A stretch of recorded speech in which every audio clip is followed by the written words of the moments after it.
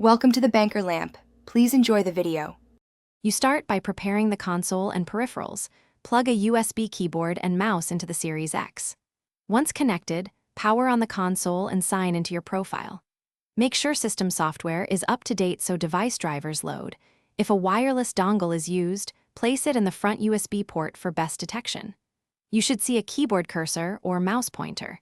If not, try a different USB port or a known good cable.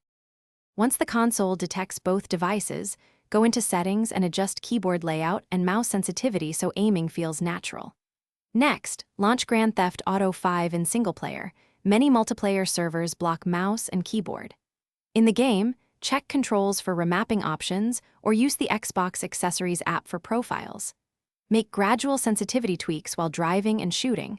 Slower is more controllable, faster for quick turns. If using an adapter, confirm it's in keyboard and mouse mode, not controller emulation. You finish by testing controls across common scenarios. Walk, aim, drive, and navigate menus to ensure responsiveness. Make small adjustments to mouse DPI and in-game sensitivity, then retest. Consistency matters more than large jumps.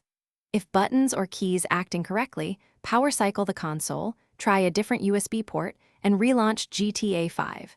If problems persist, swap the keyboard or mouse to rule out hardware faults. And remember, multiplayer restrictions may prevent keyboard and mouse input.